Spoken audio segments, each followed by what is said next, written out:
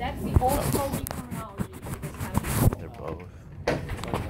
So, if I have someone lying on their side, and there she is, chewing away. Taking a long way to get to the side. Here, take this pillow.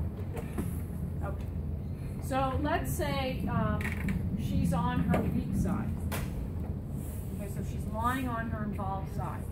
And for whatever reason, I need to get her up and sitting from this position. How do you estimate before you sit somebody up how close to the edge they're going to end up on the edge of the bed when they're getting into sitting? Leg length. Length of the femur. Okay. So if you're working with somebody, come closer, and their femur's hitting there, when you get them up, they're going to be real close to the edge. And if this is a regular bed and not a plinth, they go to the floor. So just make sure you're always visually checking that in your head. How close are they to the edge? So when I get them up, are they going to be stable or not?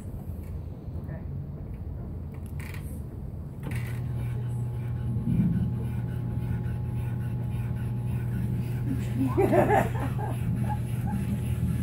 It's like a jam.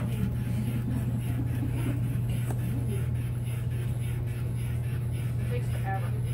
Okay. So she can't, I want her to try and use that arm as much as possible, but she's going to have limited movement there. So what she's going to have to be able to do is press here with this arm. And this is not rocket science. You guys have done this before, I'm sure, with Dr. Tino, but just to make sure, I'm going to go over it again. Now this leg, she doesn't have as much control over. So typically, what you can do is have her kind of hook that leg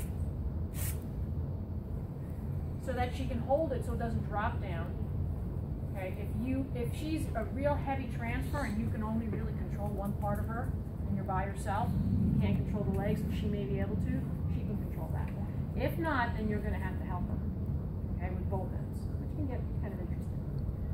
So once you scoot her to the edge, what I typically do is I'll say, pull your hips up all the way.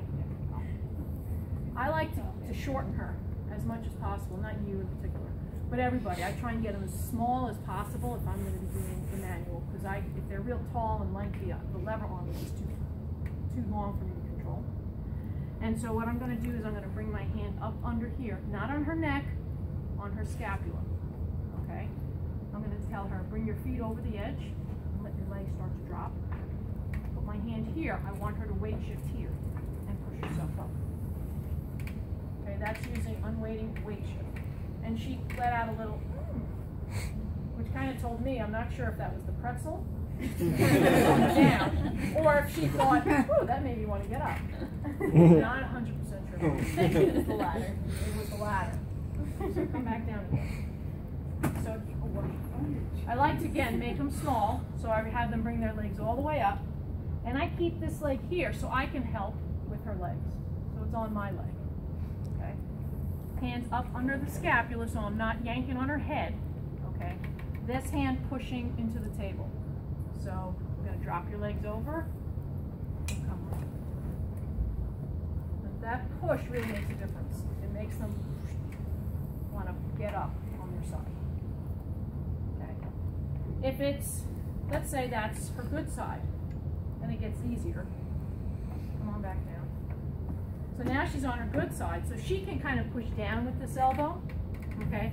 This arm can attempt to help as much as it can, okay?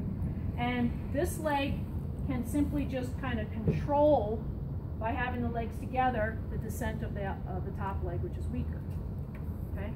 I do the same thing. Put my hand under her shoulder blade, okay? Bring your legs up, drop your feet down, and I really kind of do the same thing, except I back off how much they need to help, because now she's pushing off with her shoulder side. So I let her do as much as possible in either. But try that push on the pelvis. It really kind of, it lengthens the spine and makes them want to come up. Shorten people too, make them small. It's easier to control for the ladies who are going to have to be dealing with these very tall fellas. Okay? So give that a shot.